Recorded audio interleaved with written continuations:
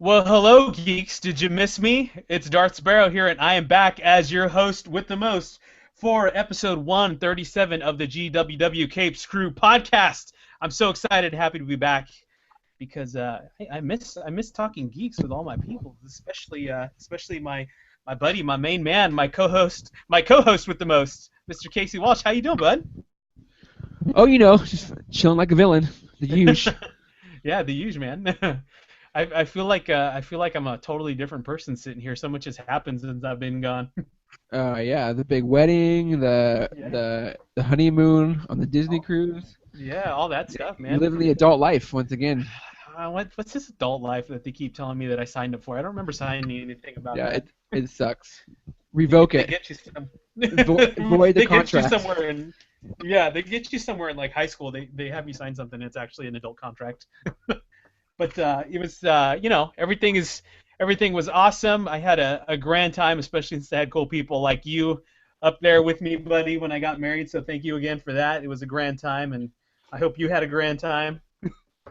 Yeah. I'm not one for weddings, but that was definitely one, top five for sure. Awesome. Cool. I don't have to be number one as long as I'm top. I'm good. we, Well, my we, own's we, number we had one, some. so. Yes, that's true. We had some fun. There was definitely some fun geek stuff that we did, so it was good, man. But I'm excited to Oh, be by the way, we need to talk about your photographer. yeah. Because Why?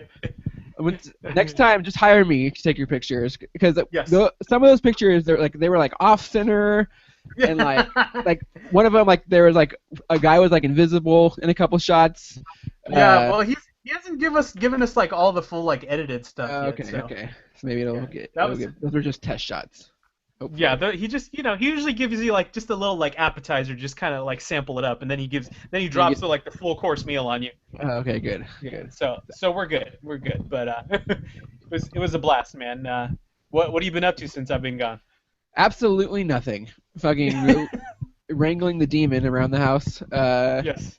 Being a house mom, I guess now because I own this giant house with nothing inside of it, so it's constantly just cleaning and you know That's good. painting and keeping. Yeah. It's so annoying. Like I wish I did not have a house. Like I have to mow the lawn like every weekend now. It's the worst. Uh, I know. it's great. You're Terrible. adulting to the next level, sir. I definitely need to hire some help for sure. I just need to throw money at the problem. I just need to get like one of those t-shirt cannons and just fill it full of like 20s and just start shooting it at people and just take care of this. You Doof, you doof. you're gonna get something going on with that. Yeah, just get this problem out of here. Doof. Here's 20. Here's a t-shirt cannon full of 20s. That's funny, man. Well, let's forget about adulting and talk geek, which is one of the things that saves us from our crazy adulting lives. Am I right? Am I right, peoples? Well, yeah, So it's become my life at this point. So that's true. Well, folks, we are excited to be back on the air with you, but also we have an amazing guest tonight. We are here live with the awesome creator of the book Visitations. Ladies and gentlemen, we are excited to have Mr. Scott Larson on the show. Scott, what's up, man? Welcome. Not much. Thank you very much. Thanks for having me. And tell our listeners where you're talking to us from. You're kind of across from where Casey and I are from. Yeah, I'm talking to you from the lovely Chicago, Illinois, a place with temperatures that range from the 70s down to the 40s in a 24-hour period. Ah, that's crazy, man. I was talking to you before the show a little bit, and I've been to Chicago in the winter, and that's like I thought I was gonna die. I don't think I've ever been that cold in my life. I was like in tears almost. I don't know how you Chicagoans, like what's the proper term there? How do you handle that? Chicago. Yes. How do you handle those crazy drastic temperatures, Scott? We try not to think about it, Aha. and then when it happens, it's like, oh no, Yes. and then it's over before you know it. Yeah. Except That's we good, still I need to think. drag on and on and on and on and on. Yeah. Well, Scott, I'm glad I'm glad you handle those temperatures well because you're able to survive and put out an amazing book like Visitations. But before we get into the meat and potatoes of your book, let's get to know a little bit more about you. Tell us. Let's start with your geeky origin story. Kind of tell us how you got into this whole comic book thing. Well, I ended up when I was young. I grew up in a family full of artists, And my dad had gone to American Academy of Art. That's where Alex Ross went, actually. And I had a brother who's kind of a poet. I have another brother who lives out in L.A. and he makes movies. I have a sister who does artwork as well. So I just kind of grew up in this whole great big art world. And everybody who looked at fine arts as the way to go, the commercial art, fine arts, and I read comic books, and everybody was so amazing. I was like, well, I can do comic books, because that was back in the 1970s when they weren't quite as sophisticated as they are now. So it's like, oh, I can do this for sure. Right. And so I started out that way. I read a lot of Batman when I was growing up. I fell in love with Spider-Man. Yeah. And I just kind of proceeded from there. And I was lucky enough to meet, when I was in college, I met Mike Parobeck, who was the artist on the Justice Society of America. Oh, wow. And it was one of those clandestine meetings where I'm walking down the street and I'm holding his book, reading it, and he's walking in front of me, looking at me, smiling. I'm like, who the hell is this? Yeah. And he was the artist. I was studying art, and I was just like, oh my God, can you sign this? And it was like God talking to me. And so I have to do this. And I don't know if that was actually part of the plan, because it's taken way longer than I thought it would, and it's been a lot more difficult. But that was how I started out, and I've just kind of gone from there.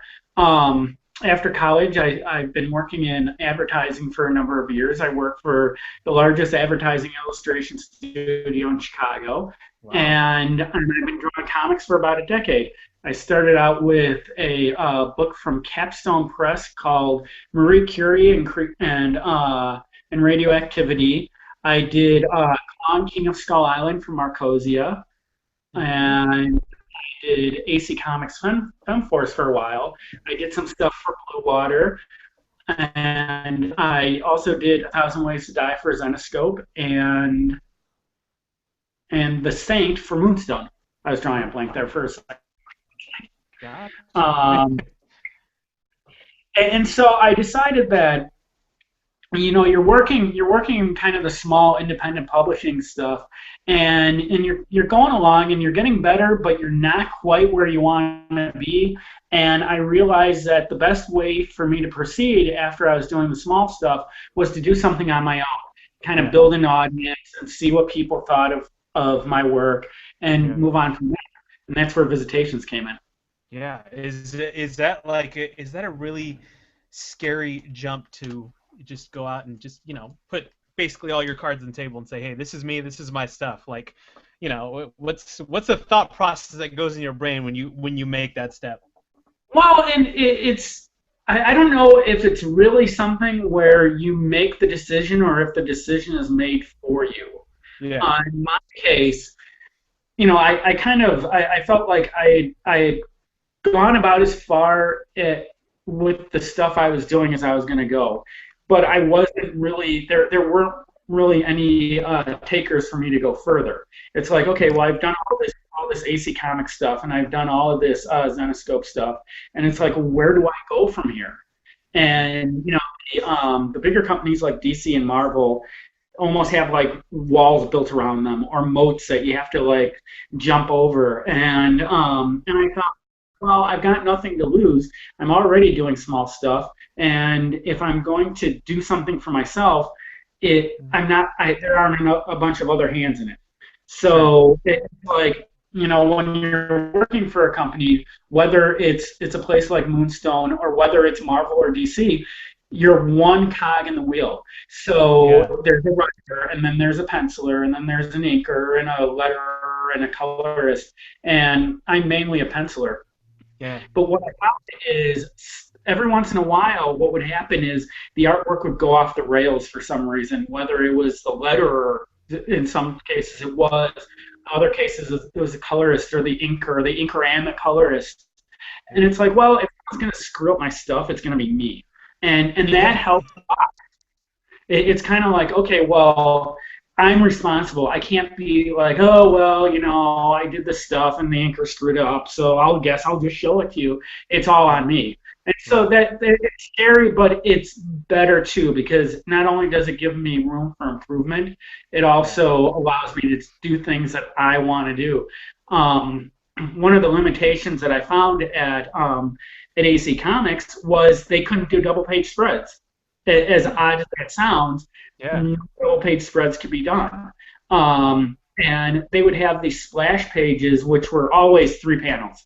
So it'd be like a big panel and then 2 small ones. And it was consistent that well, I wanted to break out of that. Or I wanted to do panels that were shaped a different way, or they were circles or whatever. And I wasn't able to do that. Did you ever find out the reason behind those limitations that they put on Pat? It seems weird. It seems like it was. Yeah, some of it was the production. I mean, it's like, all the companies have different ways of producing this stuff. Some of them send stuff out to printers. Some of them try to print it themselves. And sometimes when you're trying to print it yourself, you can't line things up correctly. So if you're doing a double page spread, it's like, I actually, in one of the books I was doing, I did a double page spread anyway, and I separated it so it looked like it wasn't. And the 2 pages ended up facing each other, but one was like maybe a quarter of an inch higher than the other one. And so it was just all production stuff, and it's like, well, we're a small company. How much do we have in order to make production fantastic on this? And, what's the sacrifice? We're getting this out, but we're sacrificing this quality, or we're sacrificing, this ability. And so that was basically it.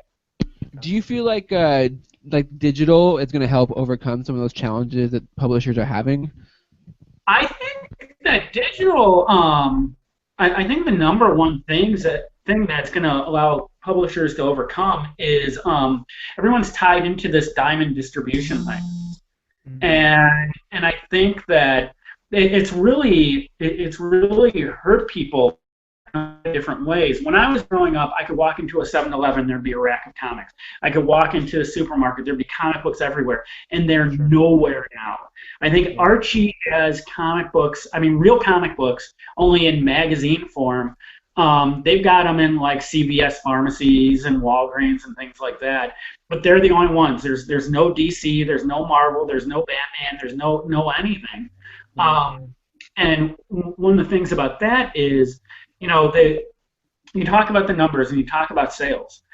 And when I was growing up, and even in the 80s, the numbers are like way, way up there. And one of the people who talks about this a lot is John Byrne. He talks about how if he had numbers on any of his books that they have now, they'd all be canceled because the numbers are so low.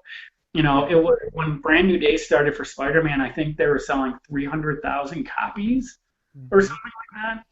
And so I think that the digital solves that problem, because all of a sudden you can just go to your computer and you can download it from Comixology, or you could pass it around. And one of the reasons why I decided to do Visitations the way I'm doing it was because I wanted people to pass it around. I feel it's better for me to build an audience and have people like my stuff than to worry about, whether it's available. If everyone's just passing it around, then it's available to everybody. Yeah, makes sense.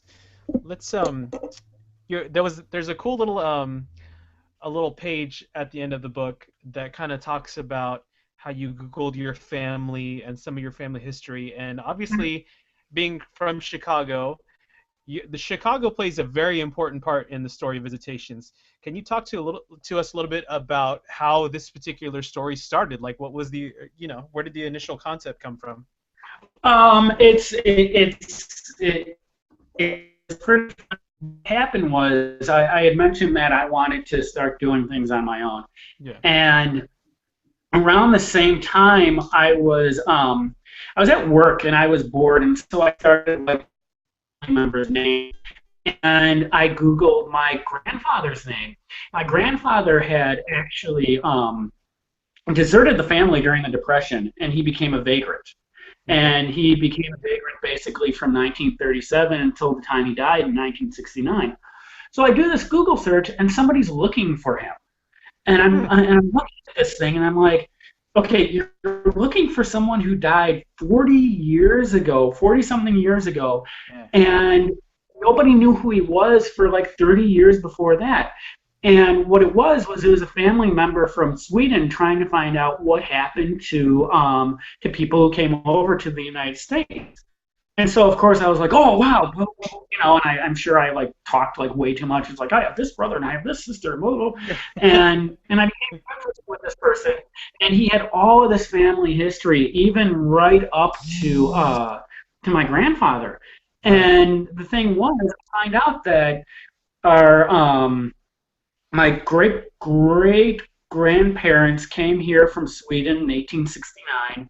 They were here during the Chicago fire. They built this family, and I had a cousin of mine who worked downtown that I didn't even know existed. She worked like 3 or 4 blocks away from where I worked downtown. We probably passed each other on the street, and Yeah. so there was all this really interesting family history, and so I went looking for my great great grandparents' graves. I found out that they're in this famous cemetery in Chicago called Graceland Cemetery. And Graceland Cemetery is where the founding fathers of the city are buried. So Marshall Yeah. Field was buried there, and George Pullman is buried there, and just a whole great big load of people. And so when I found out that they were there, I went over there and I walked into the graveyard, didn't bother looking at anything, went and I found the graves, and there was nothing there. There was no tombstone or anything. Yeah. So I started talking to the people who ran the cemetery, and they said, well, if you want to get a tombstone, you have to do this, you have to do this. There were like all these like crazy stuff. And we only order them from Gast Monuments. It's this family-owned monument maker in Chicago. So I went over there and I started talking to the owner and his daughter, and they were talking about their family history and all the sculptures that they had built for these graveyards. Mm-hmm. And so I became Facebook friends with one of them, and she started posting all this stuff on Facebook, and it was like this morbid stuff, like the 13 creepiest monuments in the world, and just like this people being buried naked and then like sprouting into plants, and it was all very very morbid. And my sister's interested in ghost stories, and so I would like pass these things on to her, and she'd be like, "Oh, you're weird, Scotty. Why are you sending me this stuff?" Right. And one of the articles was these like 13 weird monuments, and there was a body holding a face, and there was one that just said, here lies blah blah blah, killed by the beast 666. And it was interesting stuff. And I went to bed, and one morning it's like you're in that waking state where you're starting to wake up. And in my case, my cat was like sitting on my face, trying to, and he's like looking down. He's like meow, and so I wake up. Yeah. I feed him, I go and I lay down on the couch, and I'm starting to fall asleep, and the plot for the first issue just popped into my head, and it was like all right there. And around that same time, I had this model friend who was doing the steampunk outfit that she was modeling in. There are different places in Chicago where you can draw from live models, and sometimes they're nude and sometimes they're wearing clothes. And she was part of this steampunk theme, and her outfit was so cool. I'm like, oh, that should go in the story, and so she became a character in the story. Oh. So that's the origins of the characters and the story and where it came from. Right. So I figured out the plot. I came up with the names of all the next issues, and then I think my phone is about to die here. Hold on a second. Okay, no problem. This is so cool, man. Like, Casey, what did you think about the book? I really like how he integrated the kind of like the real history of Chicago in, obviously, with this fictional story that's very supernatural and it deals with some dark stuff, but it's thrilling and it's exciting. Yeah. My favorite scene was actually the first page. So stupid and nerdy. But watching the architecture kind of like change from modern day to whatever year it was in. I can't even remember now. 1840 or something. What year was it? 1900. 1900. Sorry. Yeah. To watch it change to that time period was super cool, and then having the story kick in right from there was a great way to kind of introduce yourself to the book and the premise. Yeah. Scott. Yeah, I'm still here. Sorry. Awesome. No, good. You guys are now sitting on top of a bag of ice cubes. Hi. Hello, ice cubes. It's cold. It's good. It's cold. It's chilling. It fits right in with the story. So Scott, tell our listeners a little bit about the plot of the book, about the story and some of the characters. Okay, well, basically what the story is it is the history of Chicago is seen through the eyes of the residents of the oldest cemetery in the city. Mm-hmm. And, it starts out, and the main character is a magician named Clayton Blackwood. Mm-hmm. And he's stolen something from one of the Chicago crime bosses, and he's thrown into a ditch and in a cemetery, and then you get to meet like all the other characters. Yeah. And basically, where the book is going, and I'll talk a little bit about the other characters in a sec, yeah. Is it is a history of Chicago, and one of the reviews that I got from Fanboy Comics, who they actually just changed their name. The headline was a love letter to Chicago, which was great because that's exactly what the story is. Yeah. I've lived in Chicago my entire life. I happen to really love the city. And there was a book a number of years ago called The Time Traveler's Wife. And that was written as a love letter to Chicago. There was a movie that was terrible that should never have The book was fantastic. Okay. And especially if you're in Chicago and you're walking down the street and the author, this lady named Audrey Neffenegger, she's a Chicagoan, and she had it's like she was walking down the street I grew up in, and she was pointing out this thing and that thing, and I wanted to do that with this book. And so the characters they spin off from Clayton Blackwood, and there is Nellie McCullough, who is actually based on the model who I had mentioned before, my friend Paige, and she has a skeletal companion named Kincaid, and the companion is a skeleton horse. That's so cool. And there is a character without a head, and he's known as the Entertainer. And without going too much into his origin, he was an entertainer, and he ended up doing something he shouldn't have done with somebody, and lost his head literally. Typical actors. Yes. I've got characters who died during the Chicago fire. There's little kid ghosts running around. There's demon-like ghosts running around. I had mentioned the demon 666 or the beast 666 on one of the gravestones. When I was coming up with the story, it's like, well, what would that look like? Yeah.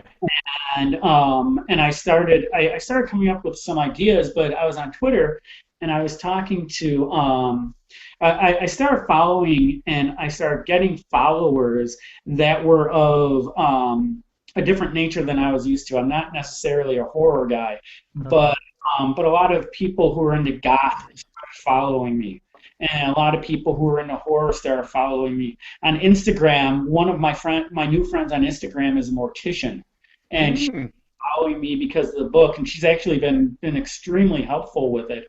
But I started asking these goth people, what do you think is scary? Send me pictures of your scariest thing. And so the character kind of came up from that. Wow, okay. That's neat. So I got like 3 or 4 different pictures, and I started combining them. And it's like, well, there's this, there's that, and that's where the designs came from. Yeah. That's so cool, man. You have some really cool characters. Yeah, I actually really like the design of the Beast because it reminds me. I don't know if anybody else played this game. There's a game called Darkstalkers, and it was like a fighting game with like monsters. And there's a character who is like a punk rock like skeleton Yeah. and it looks kind of like a lot like her, with like the skeletal structure and like the bones kind of like falling off, or the muscle like falling off the bone. Yeah. So yeah, it was a very cool design. Oh, thanks. I kind of base that on an a crochet. Do you know what that is? No idea. Okay, in order to learn anatomy, a lot of artists become sculptors, and what they do is they will start sculpting the human body, starting with the skeleton, and then they will sculpt each individual muscle onto the skeleton that they had sculpted. And I've been sculpting for the past couple of years, and I don't have the patience to do an actual. It's really, really tough. But I did buy a plastic one, and I did start playing the muscles on it. So that's part of where that came from as well. Gotcha. Yeah, it's a great look, especially when she kind of transforms, and it's very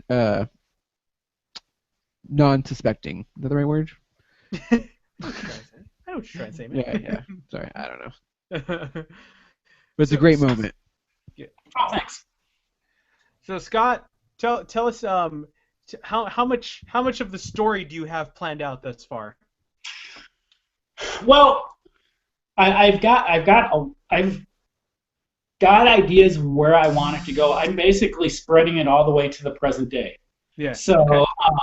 I live in Chicago. Barack Obama is from Chicago. We had, when he was elected president, he had a great big rally in Grant Park here in the city. And so my overall goal is to get there if I live long enough. See.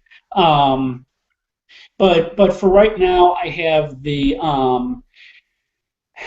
next two stories are plotted out. The second story after the one that you've read is being drawn right now.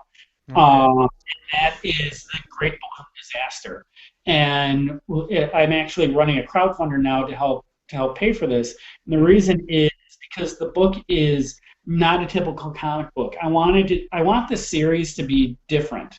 And so I'm trying to make it as reader interactive as possible. We were talking digital stuff. The Visitations #2 is a physical book, and it's got to be, because I'm going to have it twisting and turning all over the place. So as the balloons are climbing in the air, you're going to be twisting the book up, and here's a spoiler: they're going to be popping. People are going to be falling. And so when that's happening, the book will be spiraling down. And so the reader is going to have to move it, and it's not going to be real easy to do that digitally. It can be done, but I think that it's a little bit different than that. And then the third issue, which is plotted out completely, is Mayhem at the Levee. And what the levee was in Chicago history was the famous Red Lake District. Okay. It doesn't exist anymore, but back in the day, there were like hundreds of brothels. It was like where people would be robbed and murdered, and plus there were like prostitutes running around all over the place. So like Bourbon Street. Well, like Bourbon Street. Yeah. Exactly. And that story is going to be a point of view story. So the reader is going to be the person walking through this, and I'm hoping to show it as close to reality as possible, and that will be part of the book. And then the other part of the book will be a traditional horror story with swinging light bulbs and shadows casting and murders and things that just scare people. After this first, I'm breaking this up in series. So the first series is the turn of the century. The second series is going to be the 1920s. So there's going to be all kinds of Al Capone stuff. The third series will be during World War II, and you'll see the birth of the atomic bomb, which took place at the University of Chicago. And so the series will kind of combine to become like this great big history and end in the present day. Yeah. What I hope we get to see is definitely the backstory to all these really cool characters that you introduced in this first book that we got to read, because there's even like spoil too much, but there's like that page that almost reminded me of like sideshow posters with like each of the main characters you have there and the different stories they're going to be in. Is that like kind of how we're going to get like the backstory of these characters? Is from the different excerpts that you have planned out? You know what? I'm not 100% sure how I'm going to do the origins yet. Yeah. I had mentioned Mike Parabeck earlier when I was talking about one of my artistic influences. When he was drawing the Justice Society of America, his writer was Len Straczewski. Len Straczewski is a Chicago guy. He's a friend of mine. And when I originally came up with the story, I took it to him, and I said, well, "What do you think of this?" And he said, "Well, where did these people come from?" And I was like, "I don't know. I wrapped this thing up. I have no clue." And so he sat there, and he had all the characters laid out in front of him, and he said, "Well, this is where this character came from, and this is where this character came from." And so he gave me the origin points for everybody, so I know where everybody came from. Right. And originally what I was going to do was I was just going to have separate origin stories. So I would have the main story in a book, and then I would have the origin of one of the other characters in that same book. And I was talking to him, and he said, "Well, I think you should reveal it in the stories themselves." Yeah. So, there's the whole thing with like Lost, where you get a little bit here and a little bit there, and eventually everything is revealed. So I'm thinking that I'm going to be doing it like that. So with the Great Balloon Disaster, I've already worked the scene out in my head where you start to see part of Nellie McCullough's origin. The story about the levee is actually one of the characters is this little boy who plays a flute and wakes the dead with the flute. Okay. And I know exactly where he came from, and he's got a really wonderful backstory. And it's funny, I got an email earlier today, and I had asked the person, "Well, who was your favorite character?" And she responded back, I don't like the flute boy. He seems like an airhead to me." I'm like, "Oh, okay. He's got a really interesting backstory, but you'll see that in the Levy story." Yeah. Okay. So there'll be a tie-in there. And so I think that's how it's going to be unfolded. The headless guy, actually, with that origin, it will be that will be a leap forward. So you will see like Chicago of 2008, and you'll see his origin there, even though that's not when his origin takes place. And I don't want to talk too much about that. Gotcha. So that's basically where the origins are coming from. Okay. Yeah, it's awesome. It's so cool, man. I love it. I love it all. There's obviously there's been a couple of references to Houdini and magical elements. Is magic something that was very a big interest of yours growing up, or even now maybe? Absolutely not. I was never a magic guy. I watched I think the closest I ever came to Houdini, besides an issue of Spawn that Greg Capello drew. Yeah. That 1970s TV movie. And I forgot who starred in it. No, I don't. It was Paul Michael Glazier as Harry. And all I remember is the end of it, where he gets punched in the stomach and then he dies when he's in the tank. Right. But no, it's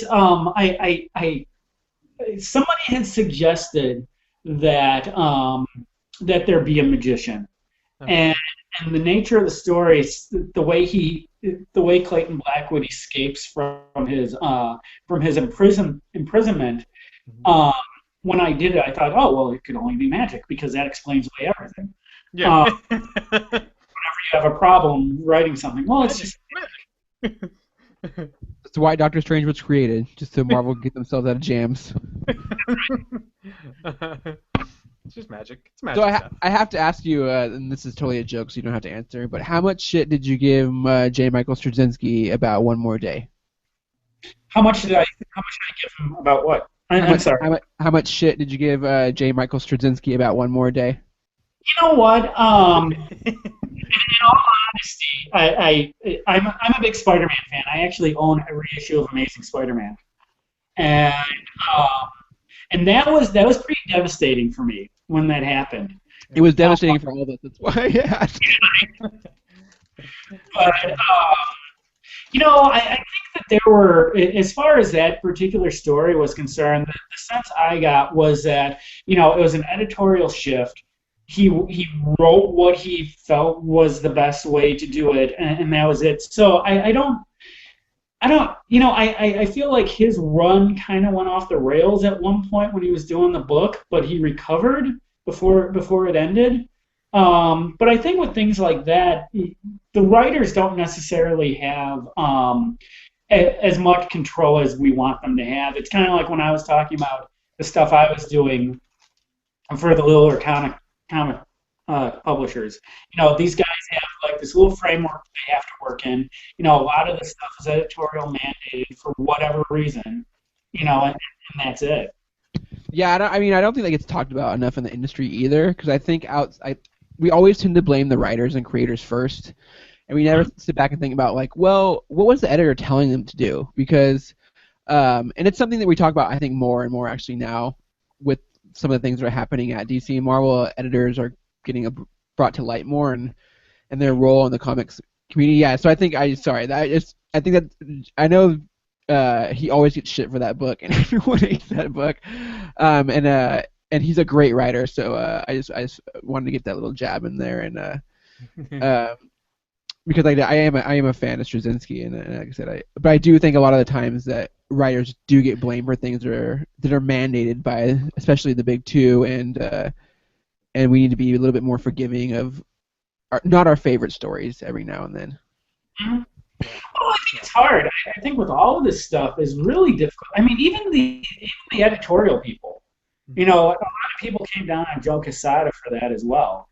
A lot of people are coming down on Dan DiDio now for the Rebirth stuff, and even the New 52.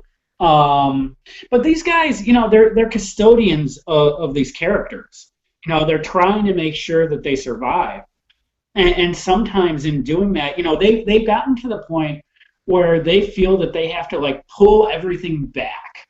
And we got to reset this. We got to, and I don't know why that is,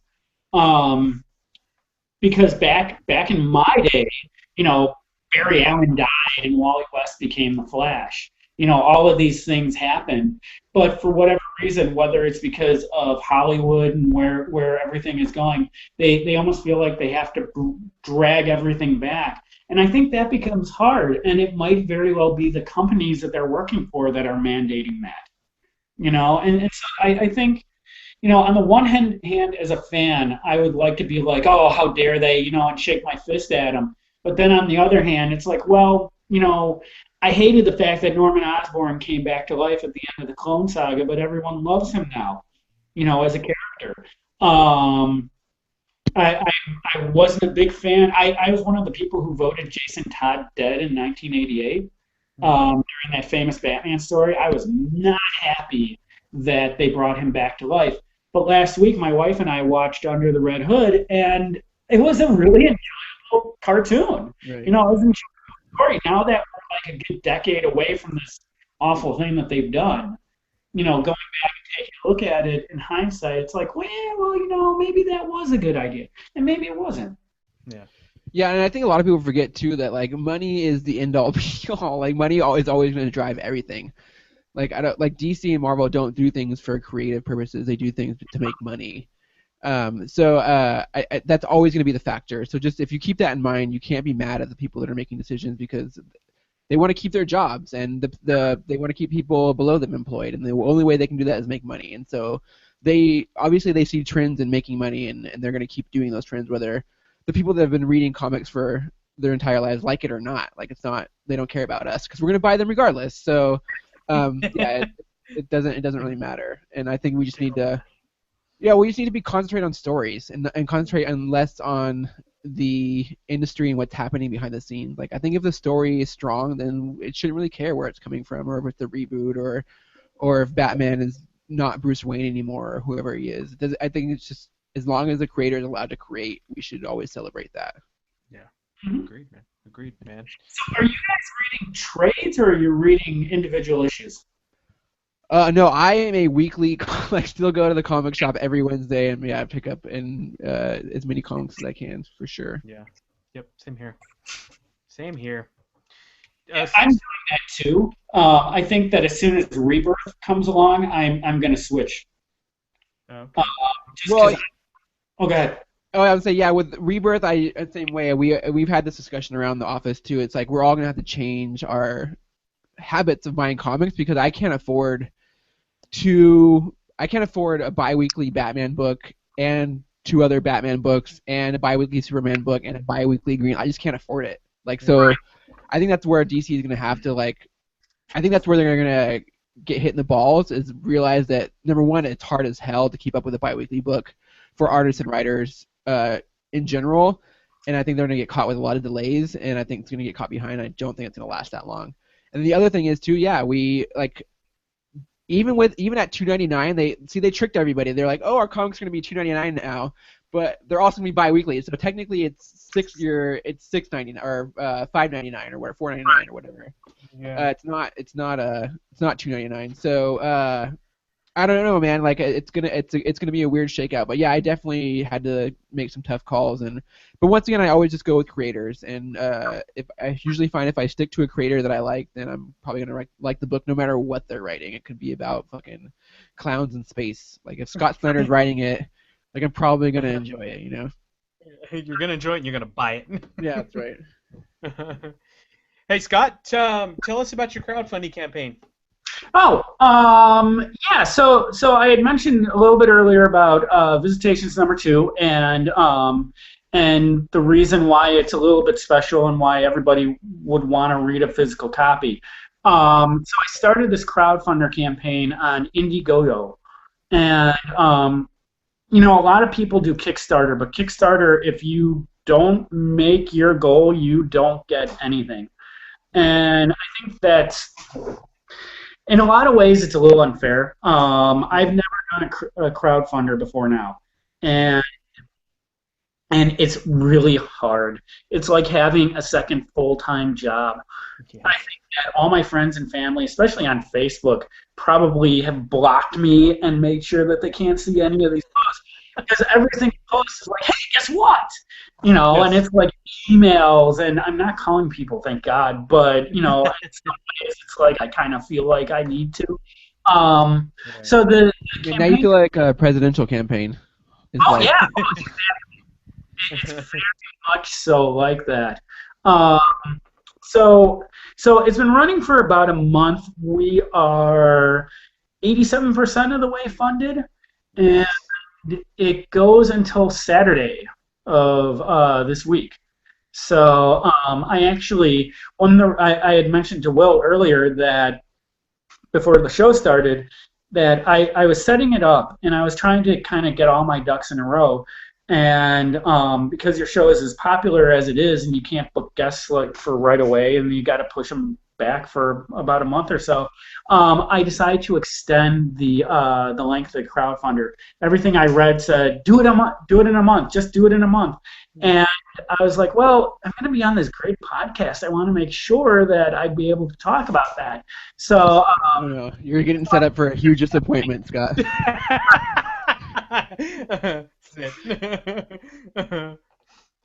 So anyway, I did extend an extra couple of weeks because I wanted to start it at C2E2.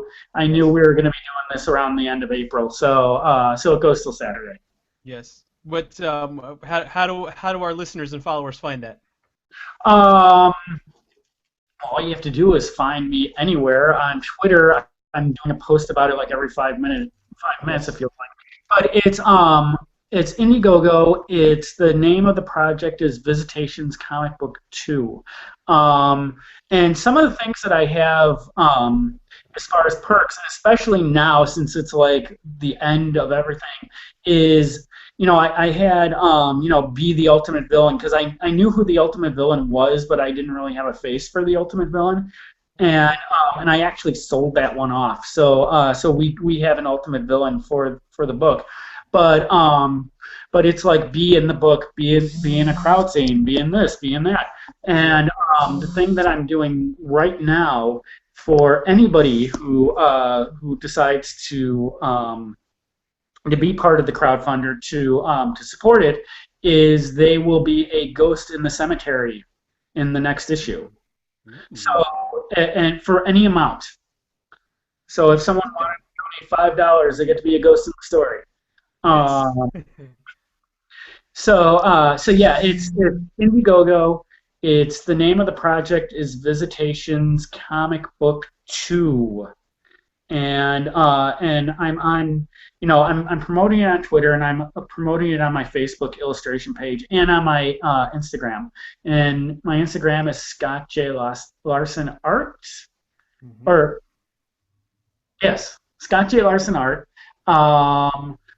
My Facebook is Scott Larson Illustration or Scott J. Larson Illustration, and my Twitter, and you and I talked about that earlier, Will, is Scott J. Larson Art.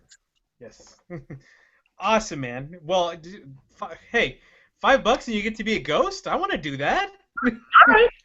I'm there. I'm going to do it tonight, man. That's awesome. That would be fantastic. Yeah. That's so cool, man. We're so excited. We wish you all the best and the success with the crowdfunding too, because I mean, a book that you got to turn around to watch some balloons fly around and pop. I mean, who does that? That's so cool. I love cool things like that, cool little touches like that to books that we don't get all the time. I think it makes it fun and breaks up the norm of, because a lot of us, we just read it, read the big stuff and the superhero stuff, and it gets kind of the same after a while. I want some fun stuff to break all that monotony up. You know what I mean? So I can't wait to see it, man, because I know it's gonna get made because it just sounds awesome. So Scott, thank you for talking to us, man. And sure, we want to talk a little bit of geek stuff before the end of the show. You want to join us for that? Sure. How much longer you got? We got what do we got, Casey? Like 15 minutes? 15, 20 minutes, I think. If you'd like to have me stick around, I'd love to stay. Awesome, man. Let's with our Week in Geek, and because you're a fan of this particular character, I want to start off with I don't even know when the news dropped, but I do know that the standalone Spider-Man movie we're going to get after Civil War, which has now been named Spider-Man Homecoming, will have an appearance by my favorite Marvel hero, Tony Stark, Iron Man. Who cares? So I over care. Iron Man. I care. Damn it, Scott. Being a Spider-Man fan, give us a quick rundown of what your thoughts have been on Spider-Man in as far as in movies it goes, and what you're thinking about of Spider-Man going forward, as in Civil War and the next Spider-Man movie. Well, in general, I've liked all of the movies, with the exception of the first Amazing movie. I like the second one, which is different from everybody else I know, but there were some really cool things in that movie that were part of the comic. Like Gwen Stacy gonna go to England. I thought that was fantastic. I was sitting in the movie theater. I was like, wow, they threw that in there. And her death in that movie was fantastic. The villain wasn't really all that great, but what can you do about that? Stupid techno song. Every time he the two fight, I hate that. The techno song. Oh my God, it's so dumb. They put a lot of work into that. Yeah. I wasn't super thrilled with Spider-Man 3 either, to be honest, and especially since the 80s was when I discovered the character with the black costume, Right. and I think that really screwed that whole thing up. But in general, I've liked the movies. The issue that I have with the Amazing movies, and even with the new Spider-Man for Civil War, is this thing that I had mentioned earlier, where they're dialing it back, and now he's back in high school. I like to see characters grow and evolve, and I don't think they're giving him an opportunity to do that. Mm-hmm. That said, the Marvel movies have all been fantastic. Mm-hmm. I think they'll do a great job with him. I'm actually avoiding trailers these days, so I did see the first one where he showed up at the end, and that trailer was live for about 50 seconds before that one still ended up on Yahoo News' front page. So, but I understand that there is a new trailer of him fighting the Winter Soldier. I stopped watching the trailers too. Yeah, there's a new one. Yeah, it's let's just say, okay. So I have talked to multiple people who have seen the movie, and they all, number one, first thing they say is, you do not understand how much Spider-Man is actually in the movie. Like, they really have been downplaying how much he's in the movie. Because he's in the movie for quite a bit. And in fact, I think someone said he's in the movie for way more than Wonder Woman was in Batman v Superman. Okay. All right. Number two, there's a reason why Tony Stark will show up in Homecoming, and you'll know after Civil War. I think a lot of people were kind of speculating, like, oh, maybe Homecoming is a prequel. No, I don't think it's a prequel. The way that Civil War ends, it puts Spider-Man in a very precarious position. So I think they're going to play right into Homecoming, and Tony Stark will have a big part in that kind of dynamic. Casey, did you see it? I have not seen it. No, I have not seen it myself. But like I said, I've talked to multiple people. I've gotten the entire scene by scene breakdown because like I said, I and everyone rags on me on the site, but I just love. I don't care about the movie. I could really just care less because I'm gonna see it 100 times regardless. I really am. So it's not gonna matter. I want to talk about it. Like, I want to be involved in the conversation. I want to be involved in the conversation immediately. So yeah, I go seek out my friends in the industry and say, okay, you've seen it. Like, tell me. Like, let's talk about it. Break it down for me. So they all agree that this is the best version of Spider-Man, and there's a reason the eyes move and everything just fits perfectly, and everyone's gonna be extremely happy with Tom Holland and his performance and why and the moves and the decisions that Marvel is making with the character. So I think we can all rest assured. Yeah. I mean, there's definitely a lot of talk about this being like one of the best Marvel movies to date. Like, is that the general consensus you're hearing also from the people you've talked to about it, Casey? Yeah, I mean, I hear it's not as good as Winter Soldier, but it's next in line for sure. And I think the only reason, once again, and I think this happened with Avengers too. Like, I think if Age of Ultron would have came out before the first Avengers, like if that would have been their first Avengers story, I think that would be the revered story because it happened first and it was like this monumental moment, you know.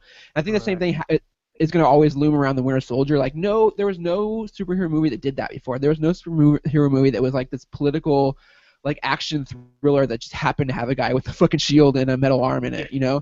Right.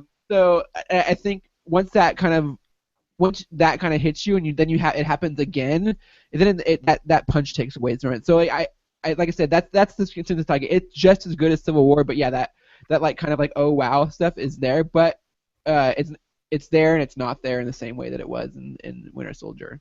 But like I said, they're like, and I think that another thing they told me too is that the trailers have shown you nothing. Like, you have not seen the best moments of the movie. Unlike Batman v Superman, you don't know. Like, you've seen the minimalist of minimal parts. Like, there's a whole like background of characters. Like, you get to see more of like a Wakanda and the Black Panther. Like, there's just all this stuff that we haven't seen. So I think that's a huge testament to it as well. Yeah, that's cool, man. That's awesome. That's great. I'm really glad that they're doing things like that now, where they're not showing us anything. You know, that Star Wars movie was a secret. You know, there was no, everyone walked into that thing blind, and when that first line that said Luke Skywalker is missing, you're like, oh, you know. Right. It was definitely that moment, yeah, for sure. Yeah, I think that comes across too with the Doctor Strange trailer that came out. I mean, that whole trailer is basically like, here's the first 10 minutes of the movie, and then the money shot is the back of him as he walks up the stairs to I forgot what that window's called. I'm a terrible geek, but he walks up to that window and all you see is the back of him. And I just think that, I don't know, Marvel seems to gets it when it comes to the trailer game now. I think Star Wars, or maybe just Disney in general, gets it when it comes to the trailer game. And Warner Brothers, well, number one, I think that they just really knew that Batman v Superman wasn't very good, so they had to market the shit out of it. And that was half their problem. So, but yeah, I mean, Suicide Squad seems to be doing okay with its lack of content in the trailers, and seems to be showing the same scenes over and over again, which I'm okay with. Yeah. That movie looks amazing too, but I just don't. Yeah, it's so hard, and you said that you mentioned this earlier too. So it's so hard to avoid content. It's so hard to avoid it. Like I couldn't avoid trailers if I wanted to. You know what I mean? Like, they're everywhere. I go to Yahoo News, it's the first thing that's there now. Like, that never happened 5 years ago. Like, it's so much easier. One of the the interesting things that happened when I went to see Star Wars was they had that second trailer for the Batman Superman movie, and I had already seen it, but half of the theater had not. And so when Wonder Woman showed up in the trailer, the theater went ballistic. There was like this collective like, oh, and Yeah. I was sitting there, and then the other half of the theater started laughing at them. But when I was sitting there, I was like, God, I wish I had been surprised by that. But I had already seen it. So I'm just actively avoiding everything. I haven't seen the Doctor Strange. I haven't seen Rogue One. I haven't seen anything because I don't want to. Yeah, I mean, honestly, I think that's the way to do it. And a couple of the guys on the team here at Geeks Worldwide have kind of taken that philosophy as well. But I mean, when you're an editor-in-chief of a website, it's impossible. Like I can't, I have to, and it's unavoidable. But yeah, I get it. I really do, and I do wish I could just lock myself away and just not see that stuff until it came out. But Yeah. it's everywhere. It's fucking everywhere. It is. Casey, thank you for taking one for the team and watching those things. No problem. I do what I can. We love you. What else, Mr. Walsh? The new X-Men trailer. What do we think about that? It looks like more X-Men. Yeah. That's for sure. I mean, More I don't know, X-Men. man. That movie just is not. I'm just not excited for that. No, that movie at all. And maybe I am. I think superhero fatigue is really starting to set in. Okay. I mean, it seems early for that, but like, problem I have with that movie is the costumes. Once again, like Bryan Singer, you've seen it done for the past. When did Iron Man come out? 10 years now. It's been 10 years probably at least, right? Wow, yeah. Iron Man? Yeah. Yeah. It was 2008. Yeah. It's almost 10 years. So. Yeah. It's almost been close. 10 years at this point that we've had colorful comic book costumes in superhero movies. Like, can we get away from the black leather armor and like put the X-Men in their like actual costumes? Like Cyclops doesn't even have the visor. Like I understand that this is supposed to be like an origin story for that team or whatever, but like we're on our third movie now. Like you're bringing in your biggest bad villain. Like let's get with the program here. And that's what kind of bothers me about that X-Men movie. It's just it seems once again just another dour like situation for that franchise, and I'm just over it. Like I don't know. I want more Deadpools. I want less like Batman v Superman. Does that make sense? Yes. Like let's have a little bit of fun. Makes total sense. Have you seen the Fantastic Four movie? Yeah, I've seen it. Oh yeah. I didn't bother to watch Don't it. even. It's so boring. The problem with that movie is it's just boring. There's nothing happens. Like the first 20 minutes is good, and then it just takes a huge dump on itself. It's bad. But Way to put it. I really think that if, Fox has given up on that one, and they're just gonna let it go back to Marvel. And there was a rumor that it wasn't a rumor, but they've moved Inhumans off the schedule. And part of me thinks they're either 99% of me says, oh, they're just making room for Spider-Man 2, which is probably the case. And the other half of me is like, oh, maybe they're waiting to get Fantastic Four back, and that's going to be like their marquee thing. Because I mean, you think about it, after this first phase is over with, they don't really have like a marquee like hero. They don't have their big like tentpole heroes. What you're saying? Yeah, because I mean, the Spider-Man will be in its. I mean, I guess it will be Spider-Man, but he's still. I mean, I don't know. I'm just really interested to see what they do, because they really just have Spider-Man, and they had to build up all these other characters, and I don't think Scarlet Witch and Vision are gonna hold on like Captain America and Thor have with audiences. So I don't know, man. It's gonna get real weird. So I really hope that they have something in their back pocket. I'm sure they do. I'm sure they do, man. I'm sure they do. Did you want to talk about any comics? I didn't really read much in the last I 3 read a weeks. bunch of comics, but I can't. I'm embargoed, so. Yeah, I was embargoed. But I did. So if you've seen me around town, which I'm sure you haven't, but I have this favorite Doctor Strange shirt that I wear everywhere. So I went into the local comic book shop, and they had the comic of my T-shirt. Ooh. So I picked that up this week. So Doctor Strange meets Death. So I was stoked to get that. What was that? What issue is that? That is issue. Oh my gosh, I can't even find it. Where does it say on this old comic book? 4. No, that can't be right. It says issue number 4. When is that book from? Oh my god, I don't want to take it out of the packaging. No, I'm afraid. Yeah, I don't want to touch it. I should know that. It's 25 cents, so that'll tell you how old it is.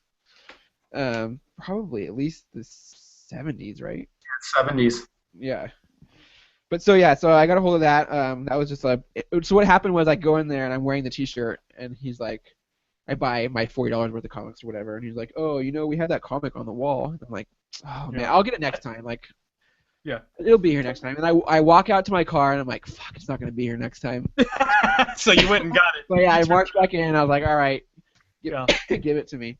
Here's the card, Dave. I don't know if I think I talked about C-3PO and the Red Arm story already on the podcast. So yeah, I think we're good. Okay.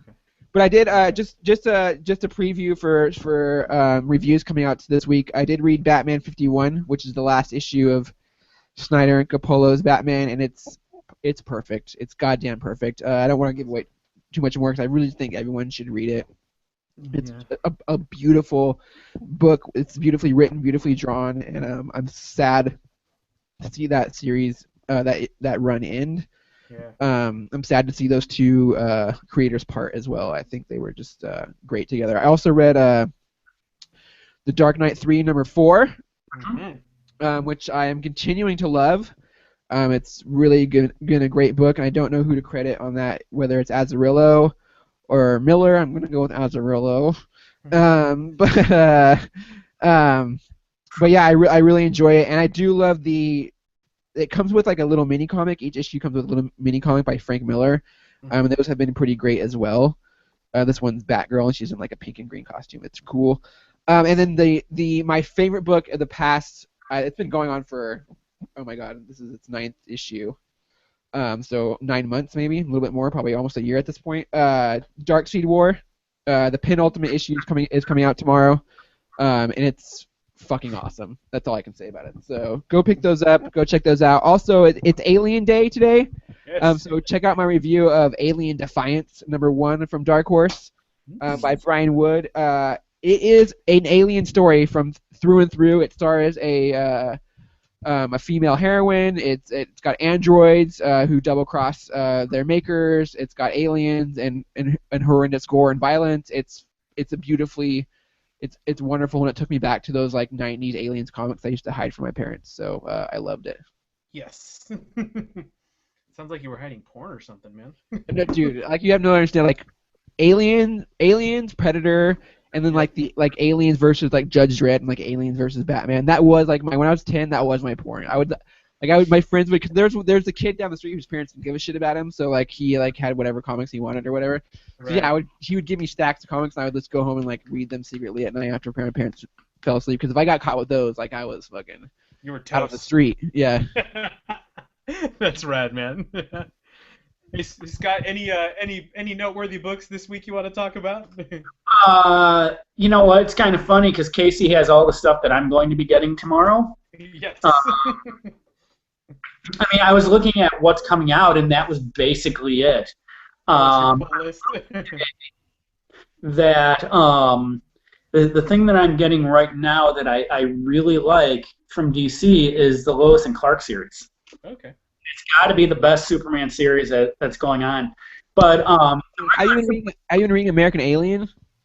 No, I haven't. I looked at it, I thought about it, and then I was just like, not right now. See, that's been my Superman series since it came out. Like I really loved what he's been doing with that book. It's so relatable. Like he makes Superman so relatable, and it's like, yes, this is a Superman like I'd want to see in a movie. Like you can make him relatable, you can make him human, and then you can also make him a god at the same time. And Max Landis has done that really, really well.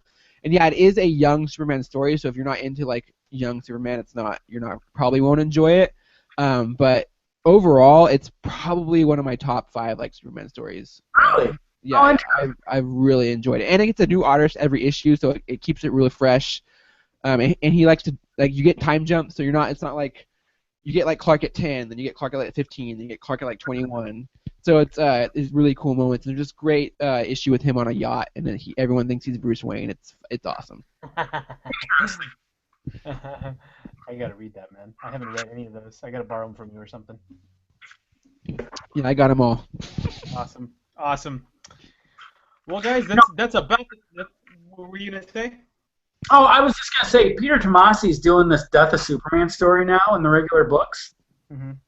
And I think they've gone through the first 3 issues of that, and that's been pretty decent too. Okay. Yeah, they've been building up for that for a while, and it seems like that's where Rebirth will end, is with his death. Or, I'm sorry, Rebirth will begin, is with his death. But I don't do you understand how that's going to work? Because everyone tries to explain it to me, I have no idea, because apparently they're bringing back pre-Crisis Superman in his place. Lois and Clark. He's been around for a while. So pre-Crisis Superman, he's the one that's in Lois and Clark. Yes. Okay. He so and Lois Lane and his son have been on the New 52 Earth since the beginning, and then they've been hiding. Got it. So yeah, I totally missed that part. I had no idea that even occurred. So is he taking? So is New 52 dying, and he's going to take his place? Because they're also like setting up Lex Luthor. It looks like to take his place as like the hero or Man of Tomorrow, in some Visitations.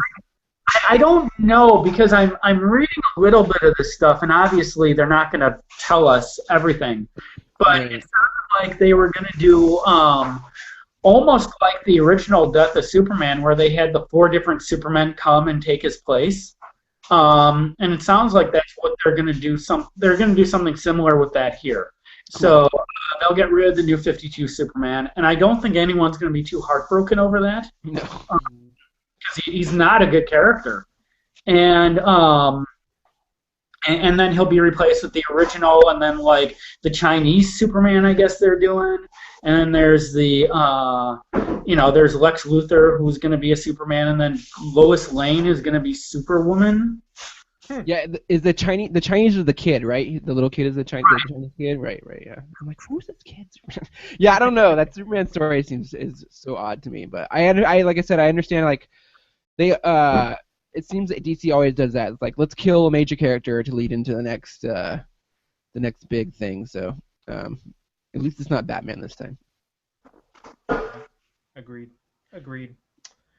All right, guys. Well, we're at about time. So, Scott, we'll start with you tonight. This is where we take about 60 seconds for our final thought. You can just talk about whatever you want and or promote whatever you want. So you have the floor, sir. I have 60 seconds. Oh my God. Or what you need. Well, I will say a couple things. The first thing I will say is for myself, the Visitations campaign is coming to an end on Saturday. There's a lot of good things coming. There's a lot of things that I'd love for people to read and be involved in. Anyone who would be willing to check that out. The first issue I am sending to anyone for free, a PDF. So if anybody would like to read the first issue without donating for the second issue, you can do that.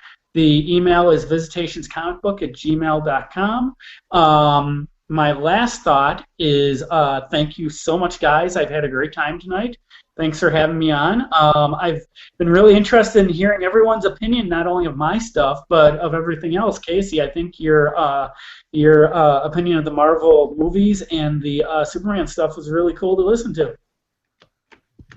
Thanks, Scott. I don't hear that a lot. So that means... oh, you mean that ranting madman over at GWW? Yeah. That's him. That guy. That's him. One last thing, Will. Congratulations on your wedding. It's all Thank down. you, my friend. That's what they keep telling me. I don't know, man. It's pretty good so far. Well, that Civil War shirt you're wearing now? Yes. Enjoy it, because you're not going to be wearing it much longer. It's gonna go to wifey's gonna steal it. Yeah, you'll be wearing a button-down shirt, just so you know. Awesome. Thank you. That gives me things to look forward to. Scott, it was a pleasure having you, man. Thank you so much. Thank you.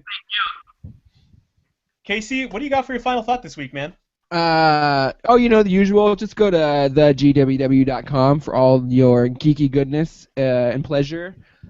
Check out my review of Alien Defiance #1. Check out my review of Batman #51 tomorrow. Spoiler alert, it's perfect. What else do we got going on? There's so much stuff happening. Just fucking go there. There's something new happening every day. Everett reviewed the last episode of Lucifer. We reviewed Severed, which came out from Drinkbox Studios today. That's up there, and then they talk about it on a new podcast called, oh my god, I'm gonna get my ass kicked for not remembering. Oh my god, Dangerous to Go Alone, which is about kind of like dungeon crawling video games and such. Check that out. I have been playing a ton of video games lately, two of which I just can't get enough of, and that's Dark Souls 3 and Ratchet and Clank.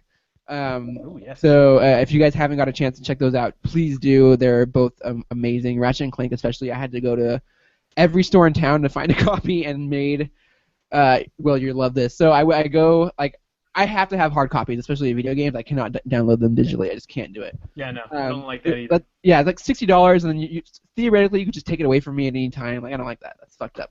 So so I go. So I'm like, oh, Ratchet and Clank. No one will get this game. No one's ever heard of it. I go to like 5 stores. No one has it. Called every GameStop. No one has it. So I go to the Best Buy in Clovis, and Clovis is like the smaller part of Fresno for people that aren't around here. But so I go there, and I'm like, okay, I went online. It said you guys had 2 copies. I know it's fucking here. Go find it. And I waited for half an hour and 5 different people went through the entire store and they found me a copy. I was like, I'm not leaving here until someone finds me a copy of that Ratchet and Clank fucking game. So, and then if you don't know about Casey, he doesn't wait for stuff. So for him to wait half an hour to find a game, it was so serious. I hate waiting in line. And it's why I will not go to midnight movies. I'm not gonna stand in line for longer than the fucking movie is. Like I'm not doing that. My time is precious. Yes. So yeah, so it was a fun experience, but yeah, I don't know. So yeah, just go to GWW because it's a cool place to be, and find me at the Comics Kid on Twitter. Awesome, thank you, buddy. For my final thought, I before or after the wedding, before I went on the honeymoon, I did that thing that Casey always just like shakes his head when I do, and I went to camp out all day in Hollywood at the red carpet for Civil War. That's what I'm talking about. Waste of time. Like hours you'll never get back ever. You know, it's I mean to me it's worth it when I come home with like 20 autographs from people all across the Marvel Cinematic Universe. I mean, to me that's worth it. So that's what I did, and you know, it was a blast, and it's always fun hanging out with all the other Marvel costume out there. Like you know, the worst part of that would be for me, not even get to see the fucking movie. Yeah, I know, right? Everybody's like, "Oh, you saw the movie?" I'm like, "No, I didn't see the movie. I just saw the people in the movie for like a split second." I would die. Nope. But I will tell you that the guy who plays Mac on Agents of S.H.I.E.L.D. really got a kick out of my Iron Man gauntlet, and he wanted a Knuckles with gloves, so that was kind of a fun moment of the day. But yeah, that's the major stuff for me. As always, you can check us out on Twitter at GWW Capes Crew, and you can find me on Twitter at DarthSparrow. Thank you so much, everybody. Casey, Scott, for joining us tonight. It was a blast to be back. I missed everybody. Look forward to seeing you again next Tuesday. And as always, I will catch you on the geek side.